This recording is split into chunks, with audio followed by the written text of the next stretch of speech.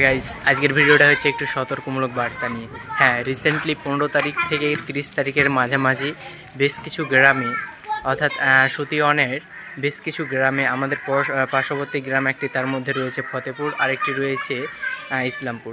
হ্যাঁ, বেশ কিছু দিন ধরে শোনা যাচ্ছে এবং সিসিটিভিতে দেখাও গেছে যে একজন মুখোশধারী হাতে ছুরি নিয়ে আর এক হাতে টর্চ নিয়ে কিভাবে একটি বাড়িতে চুরি করছে, সেই ভিডিওটা এইখানে দেখো।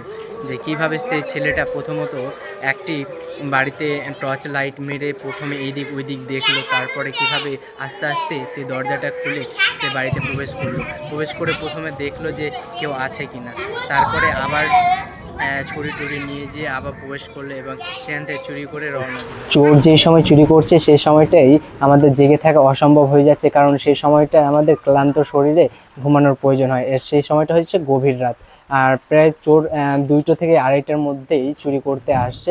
কারণ প্রতিটি গ্রামে, অর্থাৎ কিছু যেই গ্রামগুলো চুরি হয়েছে সেই গ্রামগুলোই দেখা গেছে যে 2:30টার মধ্যে চুরি করছে।